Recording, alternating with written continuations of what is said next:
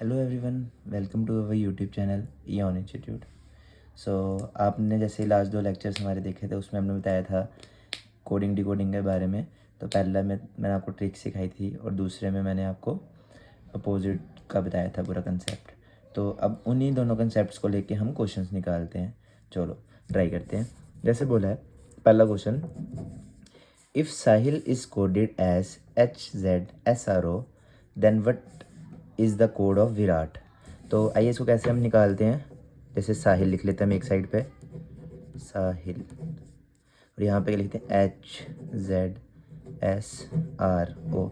सबसे पहले तो हमने देखना है कि ये जो हमारा कोड है ये क्या बता रहा है हमें। जैसे कि दिख रहा है हमें यहाँ पे S का अपोजिट क्या होता है H, A का अपोजिट होता है A, H का अपोजिट होता है S, I का अपोजिट होता है R, L का अपोजिट होता है O। तो वैसे ही अगर हम विराट का निकालते हैं, देखते हैं ज़रा। V के साथ आपको पता होगा E आता है, I के साथ आपको पता है क्या आता है R आता है, R के साथ आपको पता है क्या आता है I आता है, A के साथ आपको होता है Z आता है, T के साथ क्या आता था बताइए आप, G आता है। ठीक है, तो आपका क्या गया ERIZG। तो यही आपका आंसर निकल गया। ठीक है, सिंपल था क्वेश्चन ये, क्योंकि इसमें सामने दिख रहा था हमें अपोजिट है इसके, अल्फ़ाबेट का अपोजिट अल्फ़ाबेट है। तो S का H होगा, A का Z, H का S, I का R, L का O। वैसे ही हमने क्या कर दिया, V का E, I का R का I, A का Z, T का G। तो बेसिक से क्वेश्चन है, आहिस्ता आहिस्ता हम एडवांस क्वेश्चन में भी जाएंगे, ये बेसिक है अभी। फिर उसके बाद आगे second question, if India is coded as KPFKC then what is the code of China. अब चलो हम इसको पहले नोट डाउन करते हैं, INDIA KPFKC। अब यहाँ पे हम देखते हैं कि अपोजिट सिंबल है। I के अपोजिट तो होता है हमारा R, ये अपोजिट नहीं दिख रहा हमें।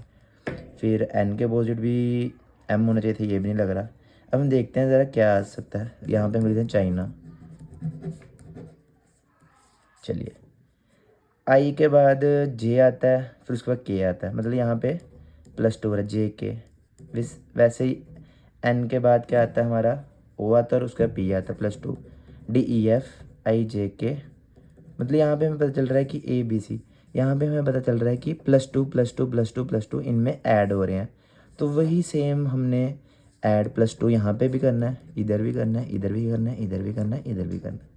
तो C के +2 करेंगे, CDEHIJIJK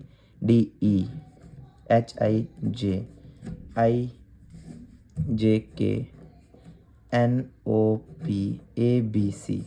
तो हमारा इसका आंसर आ गया। ठीक है, तो बेसिक से हैं दोनों क्वेश्चन, ज़्यादा मुश्किल नहीं है। आप इसके जैसे और भी क्वेश्चन जो आएंगे वो आप इजीली नेट से निकाल के कहीं से भी कर सकते हो। तो अब आगे थर्ड क्वेश्चन करते हैं। ये तो आगे हमारे अपोजिट सिंबल्स या प्लस वाले आगे, वैसे ये माइनस में भी होते हैं। तो आहिस्ता आहिस्ता हम जैसे जैसे क्वेश्चंस करते रहेंगे हमें प्रैक्टिस होती रहेगी। तो आइए नेक्स्ट शीट जाते हैं। कह रहे हैं इन ए सर्टेन कोड लैंग्वेज, कोई लैंग्वेज लिखी हुई है, इन्होंने कोडेड लैंग्वेज लिखी है जिसमें ना बैट बोला है, उसको हम 23 लिखेंगे। तो बोल रहे हैं क्या कोड होगा साइकिल का। हम पहले देखते हैं बैट, BAT को 23 लिख दिया, वो कैसे, इसका तो हमें पता ही नहीं है कैसे होगा। तो अब हम क्या करते हैं, बी का हमें ना नंबरिंग पता होनी चाहिए। बी का क्या था 2, ए का क्या था 1, टी का क्या था 20। इन तीनों को ऐड करके देखते हैं क्या आता है, 2 + 1 + 20, ये आ गया 23। वैसे साइकिल का देखते हैं हम करके, 3, वाई का क्या था आपको याद है 25, सी का क्या 3, एल का क्या था 12, और ई का क्या है 5। तो 3 और 5 हो गया आपके 28, 28 और 3 हो गए 31, 31 और 12 हो गया आपके 43, 43 और 5 आपके हो गए 48। तो इसका जो राइट आंसर होगा वो होगा 48।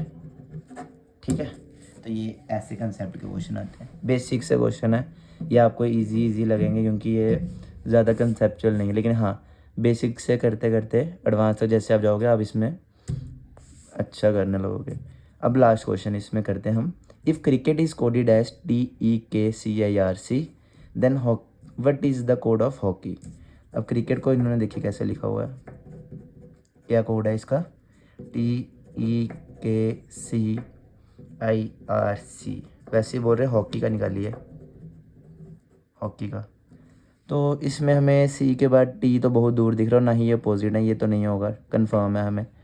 लेकिन मेरे को ना कुछ जाना पहचाना लग रहा है, जैसे कि टी जो है वो यहाँ पे आ गया है, ई जो है वो यहाँ पे आ गया, के जो है यहाँ आ गया, सी का सी रहा, आई यहाँ आ गया, आर यहाँ आ गया और सी यहाँ आ गया।